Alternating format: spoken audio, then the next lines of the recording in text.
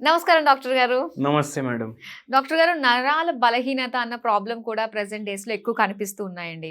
అయితే చాలా మందికి డౌట్. నేను మొన్న మాటల సందర్భంలో మా ఫ్రెండ్ ఒకళ్ళు, "అమ్మో! నాకు కొంచెం నరాల వీక్‌నెస్ ఉంది. వాళ్ళు టీలు, కాఫీలు అవాయిడ్ చేయాలి" అని చెప్పేసి అంటున్నారు. ఇది నిజంగా అవాయిడ్ చేయాలంటారా? నరాల బలహీనత ప్రాబ్లమ్ ఉన్నవాళ్ళు? ఇప్పుడు మన 2 తెలుగు దేశాల ప్రాంతాలున్నాయి గదా! హ్మ్. తెలంగాణలో ఎక్కువ చాయ్ తీసుకుంటారు. మీరు ఒక్కసారి విజయవాడ దాటండి. కాఫీ చాలు అయిపోతది.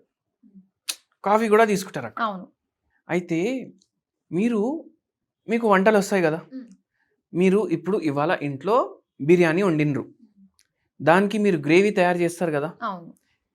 ఆ గ్రేవీ కానీ, బిర్యానీ గ్రేవీ కానీ, గుత్తొంకాయ కర్రీ చేసుకుంటారు గదా! దాంట్లో గూడా జర గ్రేవీ ఏస్తారు గదా! అవునండి. అయితే అది వండేటప్పుడు మీరెట్లా చేస్తారు? ఉల్లిపాయలు, ఇంకా హోల్ గరం మసాలా ఇవన్నీ వేసి శుభ్రంగా పేస్ట్ చేసా. పేస్ట్ చేసి మంచిగా దాన్ని ఉడకబెడతారు కదా, దాంట్లో ఆయిల్ కూడా ఎక్కువ వాడతారు కదా, అవునవును. ఫుల్ హీట్లో పెడతారు కదా. అది వండినాక కూడా మనకు జరసేపు డౌట్ ఉంటుంది, అరే ఇంకా ఉండాలి జరసేపు పొయ్యి మీదనే పెడదాం అనేసి ఉంటుంది కదా. కొంచెం టేస్ట్ ఇంకా ఉడకలేదు అనేసి అనిపించి అట్లా పెడతాం కదా. ఎంతసేపు అవుతుంది మొత్తం కర్రీ రెడీ అవ్వడానికి? ఒక 20-25 మినిట్స్ పొయ్యి మీదనే ఉంటుంది కర్రీ. అవును. ఇది మీకు తెలుసు కదా. అయితే మీరు ఎంతసేపు కుక్ చేస్తున్నారు దాన్ని? ఇప్పుడు చాలామంది ఏం చేస్తారంటే, ఇప్పుడు ఒక పేషెంట్ వచ్చారు మన దగ్గర, రోజుకి 6 సార్లు చాయ్ తాగుతారంట. బా! రోజుకి 6 సార్లు. ఆయనకు సిమ్టమ్లు ఏమున్నాయి తెలుసా మీకు? ఈ ఫింగర్స్లో తిమ్మిర్లు. ఓహ్! ఈ ఫింగర్స్లో తిమ్మిర్లు ఏందంటే, అంకుల్ గారు ఉండే జర 72-73 ఉండే. వాళ్ళ ఇల్లు ఏదో sky rise apartment, high rise అపార్ట్మెంట్లు ఉంటాయి కదా, ఏదో పైన ఫ్లోర్లో ఉంది ఇల్లు. ఎవరైనా ఏమైనా స్విగ్గీ జొమాటోలో ఆర్డర్ పెడితే వాడు దిమాగ్ ఖరాబ్ అయిపోవాలి, ఇన్ని ఫ్లోర్లు పైకి పోవాలి అది ఇది అనేసి. ఇప్పుడు హై రైజ్ అపార్ట్మెంట్లు అన్నీ అట్లనే తయారైనాయి. అంకుల్కి డైలీ వాకింగ్కి కిందికి పోవాలి, కాళ్ళు లాగుతున్నాయి, తిమ్మిర్లు ఉన్నాయి, పాదాల్లో స్పర్శం లేదు. పాదాల్లో స్పర్శం లేదు. ఇప్పుడు లిఫ్ట్లో పోయి బటన్ నొక్కుతాం కదా, ఆ బటన్ నొక్కితే మొత్తం చేయి జిల్లు జిల్లు జిల్లు జిల్లు అంటుంది. డైలీ ఛాయ్ చేసుకొని కప్ పట్టుకొని ఆ లిఫ్ట్లో పోయి కిందికి పోయి కూర్చొని ఛాయ్ తాగి జరసేపు తిరిగేసి వస్తారు. ఇప్పుడు నేను ఇంతే చెప్పినా కదా, మీకేమనిపిస్తుంది? అరే మంచి అలవాటు, ఛాయ్ కూడా హెల్త్కి మంచిది అంటారు కదా, యాంటీ ఆక్సిడెంట్లు ఉంటాయి కదా అంటారు కదా. ఇప్పుడు వాకింగ్ కూడా మంచిది కదా, అయినా ఈ నరాలది సమస్య ఎక్కువ ఉంది. మెడ నరాల్లో ప్రాబ్లమ్స్ ఉన్నాయి, నడుముల నరాల్లో ప్రాబ్లమ్స్ ఉన్నాయి, డీజెనరేటివ్ డిస్క్ డిజీజ్ ఉంది. ఓకే. ఇప్పుడు ఆయన బెంచ్ మీద కూర్చున్నాక ఛాయ్ తాగినాక లేస్తారు కదా, ఇట్లా లేచేటప్పుడు నడుము నుంచి తల వరకు ఒక షాక్ కొట్టినట్టు అవుతుంది. మళ్ళా నడిచేటప్పుడు చుమ్ చుమ్ చుమ్ చుమ్ చుమ్ చుమ్ చుమ్ చుమ్ అవుతుంది మొత్తం కాళ్ళు. ఈ సమస్య వల్ల నరాలు దెబ్బపడ్డాయి. అయితే ఏందంటే, ఇప్పుడు ఈ పేషెంట్కి మనం మందులు కూడా ఇచ్చినాము, ఛాయ్ చేసే విధానం కూడా మార్చినాం. ఓకే. పేషెంట్కి ఫస్ట్ 4 monthsలో ఆల్మోస్ట్ 10-12 years నుంచి ఈ సమస్య నుంచి బాధపడేట ఆయనకు ఫస్ట్ 3-4 monthsలో 70-90% సిమ్టమ్లు తగ్గిపోయినాయి. ఓకే. మీరు ఇప్పుడు ఆ కర్రీ చెప్పిండ్రు కదా ఇట్లా వండుతారనేసి, మీరు ఒకసారి ఆలోచించండి. ఇప్పుడు మనం ఛాయ్ ఎట్లా వండుతాం నేను చెప్తాను మీకు. 1 కప్ వండుకోవాలి మీరు, సగం కప్పు పాలు, సగం కప్పు నీళ్లు వేసి చాక్ పత్తి, షుగర్, ఇలైచీలు, అల్లము ఇవన్నీ దంచుకొని దాంట్లో వేస్తాం. ఎందుకంటే యాంటీ ఆక్సిడెంట్లు ఉంటాయి కదా, రిచ్ ఉంటుంది, జర నరాలకు మంచిది, మళ్ళీ మోకాళ్ళకు మంచిది, షుగర్ వ్యాధికి మంచిది వేసుకుంటాం కదా. అది అట్లనే పెట్టి మనం ఏం చేస్తాం, అది కూడా ఉడకాలి, బాగా మరగాలి. అది మరగాలి.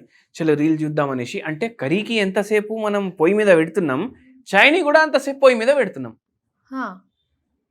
అది అమృతం కూడా అనుకోండి, విషంలాగా తయారవుతుంది. అంతసేపు మీరు దాన్ని బాయిల్ చేసి తీసుకుంటే అది అమృతం ఉన్నా అది విషంలాగా తయారైపోతుంది. అంతసేపు చేయకూడదు అంటారా? అస్సలు చేయొద్దు. అది చేయడం వల్ల దాంట్లో ఇంకా ఆక్సిడెంట్లు పెరిగిపోతాయి, యాంటీ ఆక్సిడెంట్లు తగ్గిపోతాయి. ఛాయ్లో ఉన్న ప్రాపర్టీస్ ఏవైతే మంచి ప్రాపర్టీలు ఉంటాయి కదా, అవి చచ్చిపోతాయి. ఓకే. డికాషన్ బాగా మరగాలి, మరగాలి అని చెప్పేసి కొన్ని అస్సలు మరగొద్దు. అస్సలు మరగొద్దు. మీరు పాత సినిమాలు చూడండి. మన చిరంజీవి గారి సినిమాలు, వెంకటేష్ గారి సినిమాలు చూడండి. కొన్ని సినిమాల్లో ఎట్లుంటది, ఫుల్ ఫైటింగ్ సినిమాలు వస్తుండే అప్పుడు. అయితే పెద్ద ఇల్లుంటది. ఆ విలన్ గాడు అక్కడ కూర్చొని ఏం చేస్తాడు, చాయ్ తెప్పిస్తాడు గార్డెన్‌లో కూర్చొని. వాడు ఒక టీ పాట్ పట్టుకొస్తాడు, పాలు పట్టుకొస్తాడు, షుగర్ పట్టుకొస్తాడు. అవును. హ్మ్. మనం డికాషన్ ఆయన ఏం చేస్తాడు, విలన్ డికాషన్ వేసుకొని పాలు కొంచెం వేసుకుంటాడు, కొంచెం చక్కెర వేసుకుంటాడు. ఎవరైనా గెస్ట్ ఉంటే ఎంత కావాలిరా బాయ్ చక్కెర అనేసి అడుగుతాడు. అంటే విలన్ తాగే పద్ధతి చాయ్ కరెక్ట్. ఓకే. మనం తాగే పద్ధతి తప్పు. మీరు డికాక్షన్ ఎక్కువ బాయిల్ చేయొద్దు.